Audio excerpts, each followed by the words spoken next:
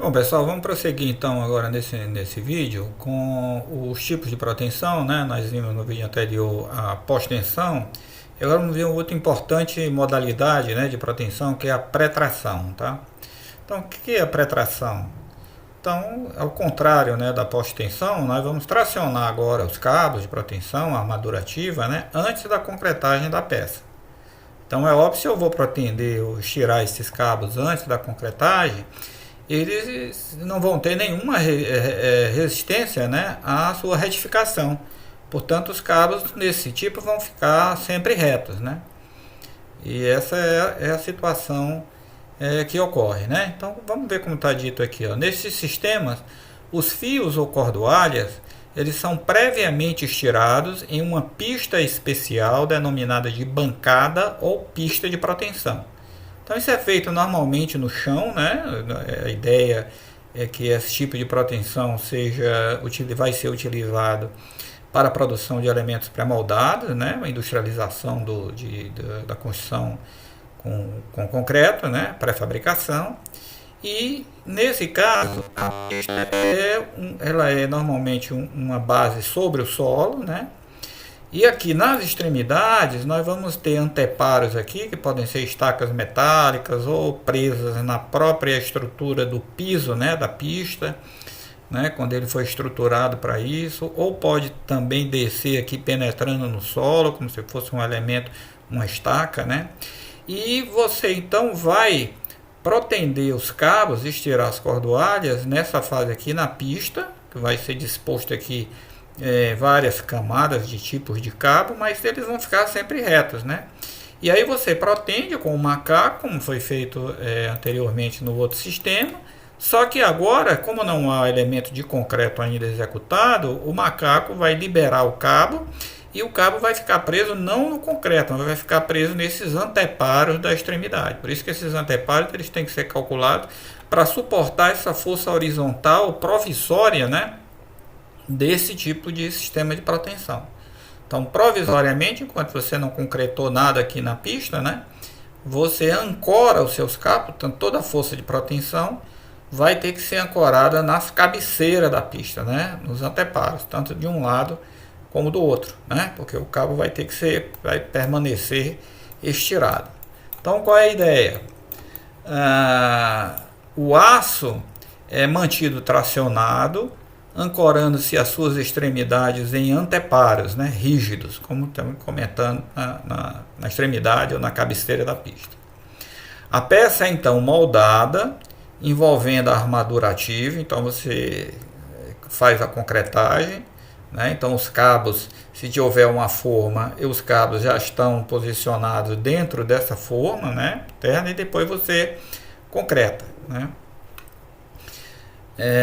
Isso pode ser feito, então, como está dito aqui, por formas convencionais ou então através de extrusão, que é um processo que vai um carrinho caminhando sobre a pista aqui, sobre trilhos, né, laterais da pista, e ele vai sendo, a concretagem vai sendo feita como se fosse uma máquina de fazer churros, né? Que você alimenta, nesse caso, com concreto. Esse concreto é pressionado contra um tipo de forma e o carrinho vai andando e vai deixando para trás o elemento moldado, né? Nós vamos ver que isso vai ser um caso típico, né, da produção de lajes alveolares. Okay? Então tem essas duas formas, né, de concretagem que são utilizados então na indústria de pré-moldado. Aí o que acontece? Então a peça é então moldada, envolvendo armadura ativa, como eu falei, ou com formas convencionais ou através de extrusão. Após o concreto adquirir uma certa resistência, e aí esse tempo, né, que é controlado pela empresa, né, pela fábrica de proteção, a ideia é produzir pistas o mais rápido possível para ter o ganho de velocidade na produção, né? Normalmente se libera então a proteção com 24 ou 48 horas, daí que esse concreto utilizado nesse processo de fabricação, um concreto que deve ter de preferência uma alta resistência inicial, né? Para ter, no caso aqui do nosso uso, aquele cimento Zari, né? Cimento de alta resistência inicial, para eu trabalhar pelo menos com 20 ou 25 MPa com 24 ou 48 horas, né? O processo de pega também ele pode ser acelerado através de cura térmica, né? Cura térmica, cura a vapor, né? Aumentando então a velocidade de reação de pega para exatamente obter uma resistência mais elevada logo nas idades iniciais, porque aí libera a proteção e com a proteção aplicada eu posso movimentar ou cortar as peças, né, na pista no tamanho certo, e com isso eu tenho uma rapidez de produção, né?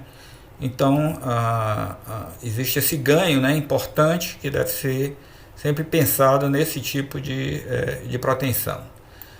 Então, após o concreto adquirir uma certa resistência, os sistemas provisórios de ancoragem das armaduras ativas são retirados, fazendo com que a proteção seja aplicada. Então, na hora que eu libero o cabo, né, que estava preso na extremidade, eu libero o dispositivo que estava prendendo essa cordoalha na extremidade, o que é que vai acontecer? O cabo quer voltar, né, quer voltar ao seu comprimento inicial. Só que agora o que é que vai impedir ele voltar ao comprimento inicial? A presença do concreto na pista, né, os elementos de concreto que estão na pista. E aí o que é que vai acontecer? Vai haver um reequilíbrio, né? A cordoalha vai querer voltar e o concreto não vai deixar, mas aí eles vão entrar em acordo, né? O concreto vai ser um pouquinho comprimido, vai se encurtar, e ao se encurtar vai levar a cordoalha junto, portanto a cordoalha está diminuindo o seu alongamento inicial, está perdendo força, né? E aí vai chegar um equilíbrio, como a gente vai ver, né? Que seria a instalação da força de proteção. Então o concreto vai se encurtar, vai receber uma força que no final vai ter que ser exatamente igual à força que está tracionando a cordoalha, que não vai ser mais aquela força inicial com que ela foi puxada na pista, né? Eles vão entrar num acordo e a gente vai mostrar já a equação que permite, né, determinar como que se dá, né, matematicamente essa variação, né, de encurtamento. O concreto vai se encurtar e o aço também junto se encurta, perdendo um pouco da força inicial e transferindo a força que equilibra tudo isso no final para o próprio concreto. E no final fica a força que vai restar no cabo, vai ser a mesma força que vai estar comprimindo o concreto, né, para que o sistema fique perfeitamente auto-equilibrado. Ok?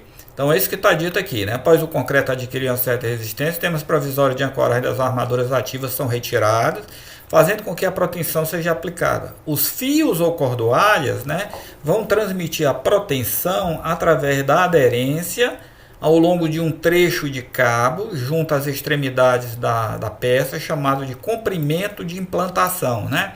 Então, vamos ver aqui, ó.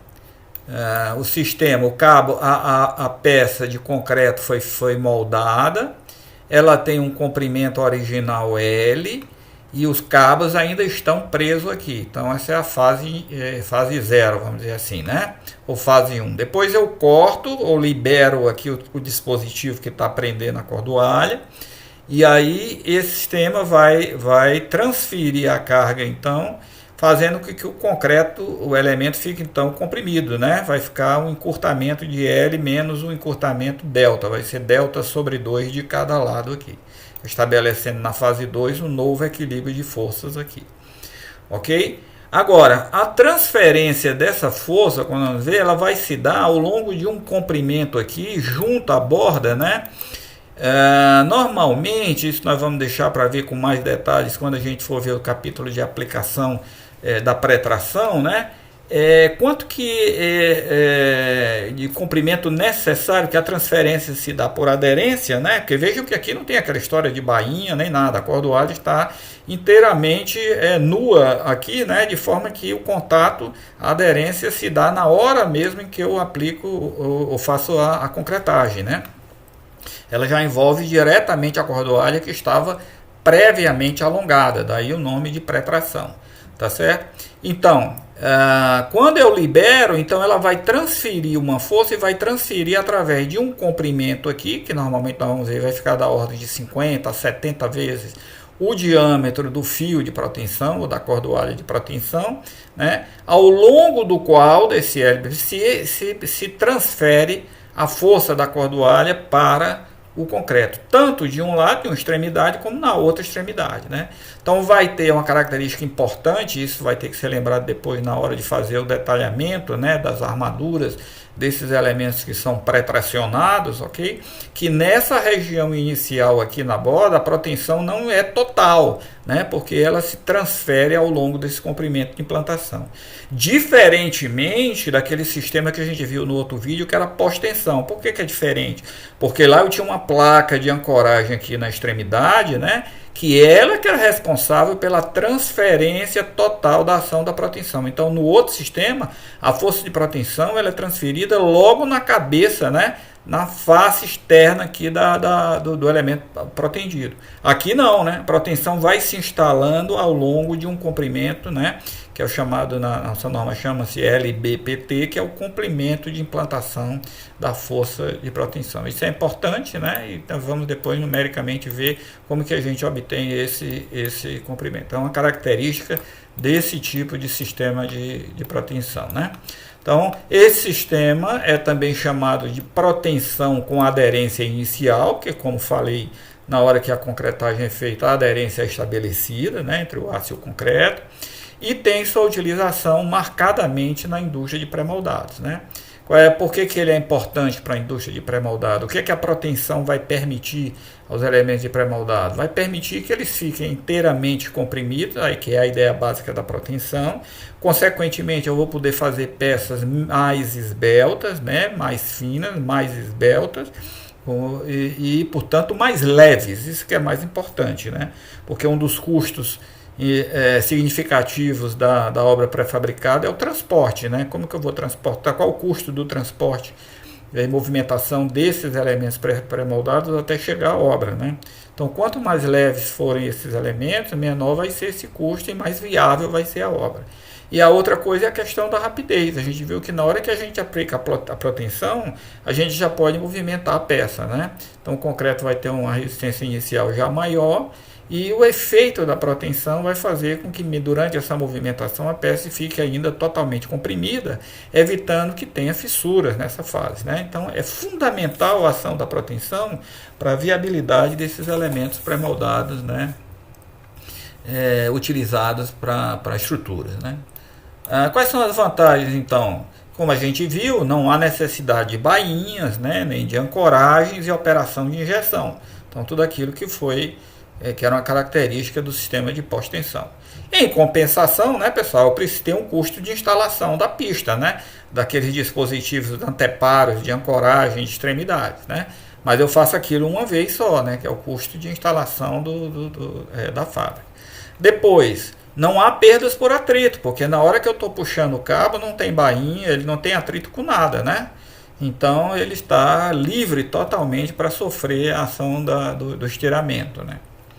E ele vai permitir a produção, a outra vantagem, em escala, nas chamadas pistas de proteção, os elementos lajes alveolares, vigas duplo T ou pi, né, telhas, etc., que são elementos muito importantes da produção, né, famílias, né, de elementos estruturais importantes da indústria de pré-fabricados.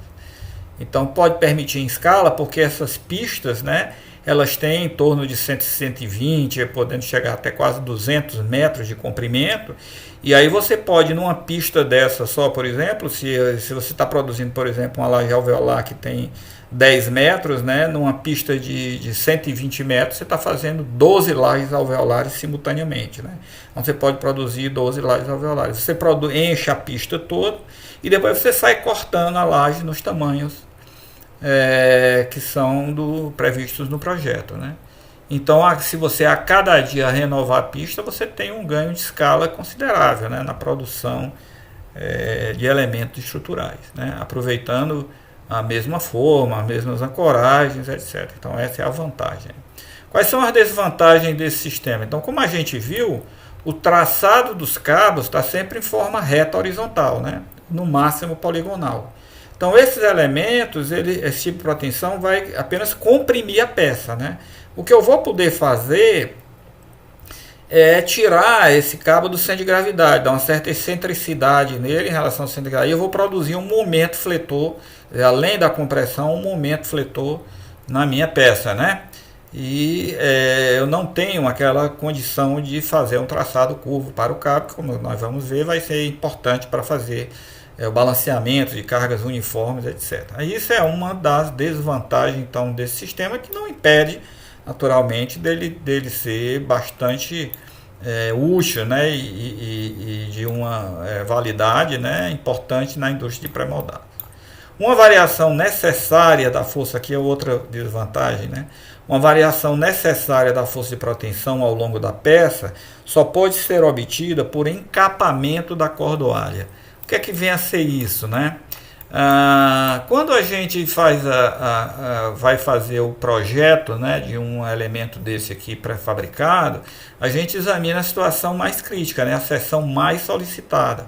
E aí estabelece o número de cordoalhas necessárias para que essa seção fique totalmente comprimida. E aí, por esse sistema, vamos imaginar que eu tenha chegado à conclusão que eu preciso de 10 cordoalhas para minha viga pré-moldada, tá? Então eu passo as 10 cordoalhas na pista. Então o que vai acontecer? A seção do meio, do vão, que digamos que seja a seção mais crítica, né? Ela vai ficar muito bem com as 10 cordoalhas.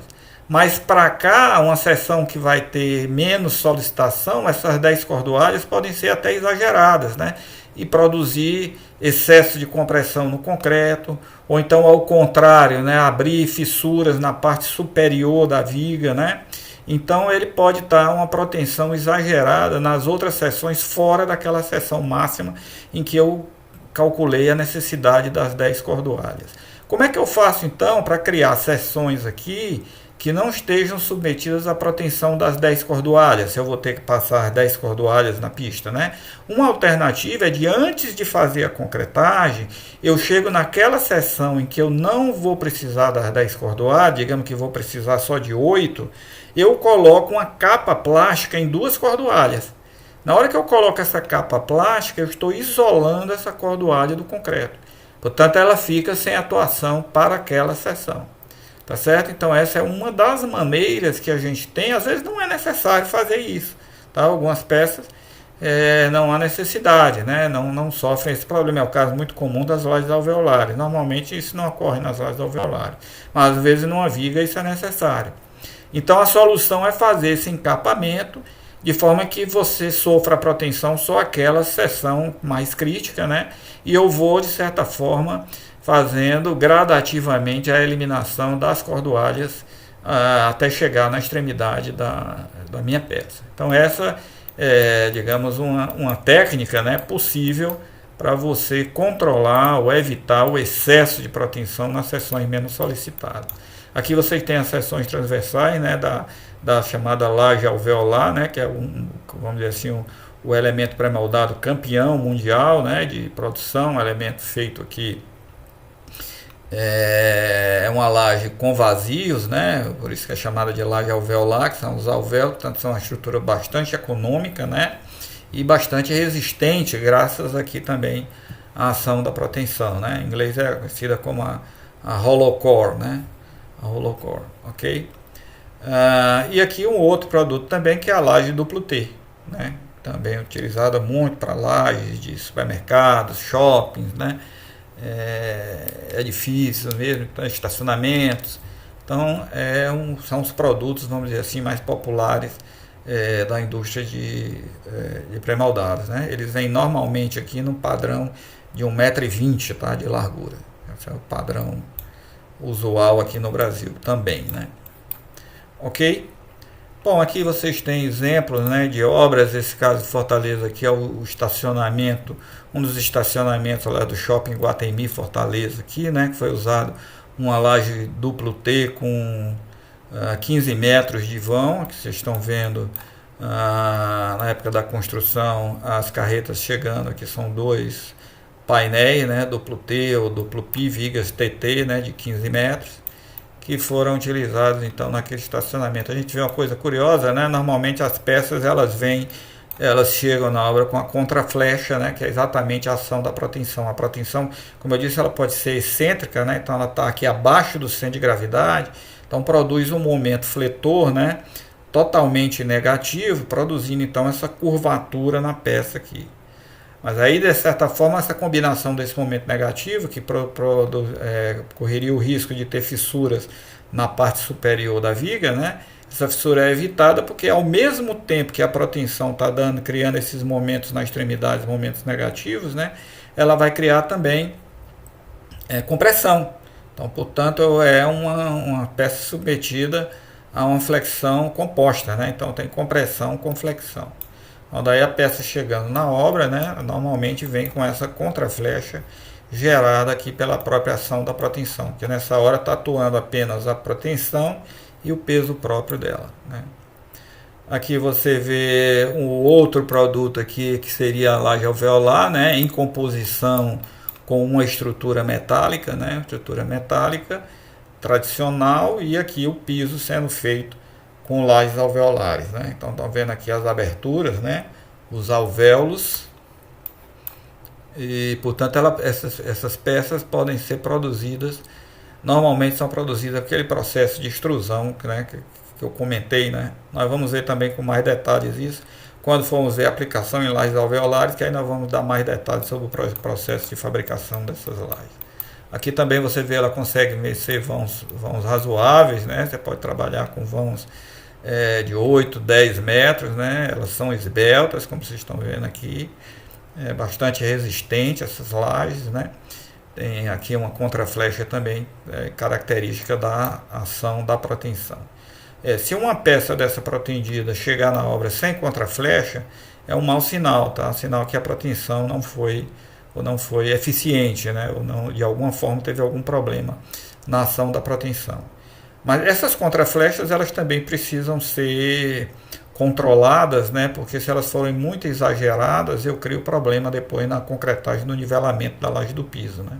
Então, o ideal é que elas não seja feito um acordo antes com o fabricante, né, e o construtor aqui, para aceitar uma tolerância de variabilidade dessas contraflechas aqui, para depois não ter que fazer um enchimento maior em cima da laje, né? Ok? Aqui vocês estão vendo outros elementos, a utilização de outros elementos pré-fabricados aqui na construção de galpões, né? Aqui uma viga de galpão, fechamento, uma viga de coberta, né? Isso era de um fabricante aqui em Fortaleza. Essa viga era chamada dupla pendência, né? Porque ela tinha dupla caimento aqui para cada lado, tá certo? Uma tesoura, né? Maciça aqui de concreto, também utilizando a proteção. Isso era um galpão para uma indústria aqui, era a Armafé, né, da Gerdau, aqui em Fortaleza. Galpão, né, para a montagem da fábrica de corte e dobra, se não me engano, aqui da Gerdau em Fortaleza. Exatamente, o Galpão Armafé, Gerdau, Fortaleza. E aqui, essa curiosidade aqui, só o transporte, né, não é a mesma viga, é uma viga maior essa daqui, para uma viga de 35 metros, se não me engano, para uma tecelagem, né? Uma outra galpão industrial também aqui em Fortaleza. Aqui vocês têm uma ilustração de uma pista de proteção, né? Aqui vocês estão vendo uma forma colocada, tá? E a cabeceira, né? Vocês estão vendo então aqui que a cabeceira ela vai ter os seus elementos verticais aqui bem rígidos, né? Que vão receber a força de proteção. Aqui vocês estão vendo os furos por onde vão passar as cordoalhas. E nesse sistema aqui, não sei se dá para ver bem, mas tem dois macacos hidráulicos aqui, ó, azulzinhos aqui, que estão reagindo contra o perfil metálico que tem aqui. Então, quando as cordoalhas são montadas e depois esses macacos são acionados, então todo esse conjunto aqui ele se desloca para cá, para fora, empurrado por esses macacos. Então, os macacos empurram esse conjunto aqui e os macacos estão reagindo no perfil metálico que está aqui atrás, né? Então, com isso, eu estiro os cabos dessa família, que são layout de cabos. Normalmente, essas posições aqui são afastadas de 5 centímetros, né? O layout e possibilidade de cabos aqui. Então, aqui, por exemplo, poderia ter 1, 2, 3, 4, 5, 6 camadas de cordoalha. É uma pista bem poderosa aqui em termos de carga, tá? Aqui um outro sistema, né, que não é mais aqueles do macaco, são macacos individuais que vão protender cada cordoalha, né? E cada cordoalha aqui, como vocês estão vendo, está ancorada por um sistema daquele tipo, um tamborzinho com uma clavete, né? O tipo que a gente viu lá para pós-tensão. Então os cabos são provisoriamente presos aqui e depois vão ser liberados, né, para transferir a proteção para o elemento pré-fabricado. Ok? Bom, então imaginar um caso mais simples aqui, no caso de uma seção retangular, né, que eu tenha uma proteção centrada, né, embora os cabos estejam aqui não aplicados no centro, mas a resultante dos cabos, né, uma distribuição simétrica na seção, resultante desses cabos aqui passa pelo centro de gravidade. Então a peça vai sofrer uma compressão uniforme, né? Então, após a liberação, então antes da liberação eu tenho aqui um comprimento L.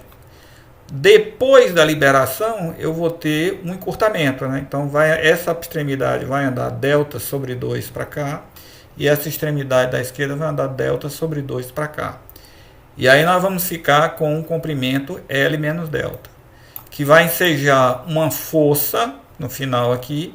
Eu vou ter uma força que vai ser aplicada no concreto e é a mesma força que vai ficar aplicada na armadura, tá? Tracionando a armadura, que já não vai ser mais a força inicial com que eu puxei esse cabo na pista, né? Que a gente chama, isso vai haver uma diminuição, que é a que a gente chama perda imediata desses sistemas de pré-tração, que é exatamente esse reequilíbrio, né? Então vamos ver aqui como é que a gente pode calcular quanto que é essa perda, né? Quanto que vai ficar as tensões, a força, qual vai ser a força final na cordoalha, que está lá dentro do concreto, e a força que vai comprimir, a força que vai comprimir o concreto é a força que vai ficar tracionando a cordoalha. Então o que a gente tem? Na fase 1, que seria a fase, digamos, na pista, né, antes do corte dos cabos, ou antes da liberação das cordoalhas na extremidade, o que a gente tem? O εp, né, que é a armadura, que é a deformação na armadura, na cordoalha. Ela é chamada também de εpi, que é a deformação inicial da cordoalha. Ela também pode ser chamada de εb, que vem da literatura americana, né, de bed cama, né, a tradução primeira seria cama, mas nesse sentido o bed ele estava se referindo à pista de proteção. É a deformação que está na pista de proteção, tá? Então o εpi é a situação inicial. Então na cordoalha, qual é a deformação que a gente tem antes de liberar? É a deformação que você puxou os cabos lá, tá certo? Depois nós temos o εc, que é a deformação no concreto, que nesse instante é igual a zero, porque você concretou a peça lá e ela está lá sem nenhuma ação, não está sofrendo nada, né? Porque os cabos já estão dentro do concreto, mas não interagiram, né, entre si, tá certo? Mas a aderência já foi estabelecida, né? Porque o concreto já teve a sua pega, etc. Bom, quanto que é o ΔΕ, que é a diferença entre a deformação da armadura e a deformação do concreto? Então, nesse instante, vai ser o εp, que é igual ao εb, né? Menos o εc, que é zero. Então, nesse instante, a diferença de deformação é o próprio εb. Exatamente, que o concreto não teve nenhum encurtamento nem alongamento, ao passo que o aço já teve o seu alongamento inicial. Então, nesse instante, a diferença entre a deformação do aço e do concreto é igual ao εb. E aqui vamos tratar alongamento como deformação positiva e encurtamento como deformação negativa, ok? Então, nesse instante, a diferença de deformação entre os dois é a própria deformação que a gente tem no aço. Por que isso vai ser importante? A gente está falando nisso porque, como a aderência foi restabelecida, o que acontecer com essa peça agora, né, se ela for alongada ou se ela for comprimida, né, a peça de concreto, ela vai levar junto a armadura dentro dela. Por quê? Porque a aderência foi estabelecida. Então, qualquer que sejam os novos valores de εp e de εc para as novas fases, né, essa diferença que a gente acabou de conhecer aqui, ela vai ser preservada. Por quê? Porque não pode haver escorregamento mais entre o aço e o concreto por causa da aderência. Ok? Então isso é uma coisa, né, conceitual bastante importante. Vamos para a fase 2. Qual é a fase 2? É aquela após que você corta os cabos, tá? A liberação da proteção. Então eu tenho duas equações agora aí. Tá? Uma primeira é uma equação de equilíbrio. Né? Por quê? Porque eu liberei e a peça vai continuar parada lá no mesmo local. Ela vai sofrer aquele encurtamento, mas a viga que estava lá tendo protendido, ela não vai sair andando. Se ela não vai sair andando, significa que há um equilíbrio de forças. A força que está comprimindo o meu concreto, né, que é o UFC, tem que ser igual à força que está tracionando a minha cordoalha. Então, por isso, há um equilíbrio interno de força, de tal forte que não há força externa, né, resultante. Por isso que a nossa viga fica lá paradinha na pista, mesmo depois que você libera o cabo. Tá certo? Então, essa é uma constatação importante, né? Significa dizer que a força na armadura de proteção, que vai ser uma armadura, uma força de tração, vai ser igual em sentido de valor numérico igual, mas de sinal contrário, portanto é menos FC, né? Que é a força que está no concreto, que deve ser uma força negativa de compressão. Então FP igual a menos FC, ou simplesmente FP mais FC, né, é igual a zero. Agora, escrevendo isso e admitindo que eu tenho todas nessa fase o comportamento elástico linear do material, nós vamos ter força na armadura. É o módulo de elasticidade do aço multiplicado pela deformação do aço vezes a área do aço, que é E vezes εp da tensão, vezes a área da força. A mesma coisa para o concreto, né? Módulo de elasticidade do concreto, vezes a deformação do concreto, mais a área do concreto, da força no concreto, vezes a área do concreto, da força no concreto. É igual a zero, soma dessas duas forças, que é essa equação de equilíbrio aqui. Bom, então essa equação eu tenho duas incógnitas agora, que é o εp, que é o novo εp na fase 2, e o novo εc da fase 2. Mas aí eu tenho uma segunda equação importante, que é a equação de compatibilidade. Eu sei que mesmo nessa segunda fase, quanto que vale a diferença entre os alongamentos do aço e o encurtamento do concreto? Quanto que vale εp menos εc? Vale o ΔΕ, que é igual ao εb. É a mesma variação numericamente, né, que a gente tinha na primeira fase. Embora o εp e o εc vão ser diferentes do que tinha na primeira fase. Mas essa relação tem que ser mantida, que é a hipótese de compatibilidade gerada pela condição de aderência entre os dois materiais. Bom, então eu tenho um sistemazinho de equações lineares com duas incógnitas, né? E aí é possível, portanto, agora, duas equações e duas incógnitas, determinar quem é cada uma dessas deformações e o problema fica inteiramente resolvido. Tá? Reescrevendo essas equações dessa forma aqui, né? Recolocando quem podemos deixar como única incógnita aqui o εc, e aí a resposta, né, desse problema é que o εc vai ser menos n ρ εb, que é a deformação na pista do aço, que é conhecida, 1 mais n ρ. Quem é o n? O n é o coeficiente que é a relação entre os módulos de elasticidade, né? O módulo de elasticidade do aço é P da cordoalha, né?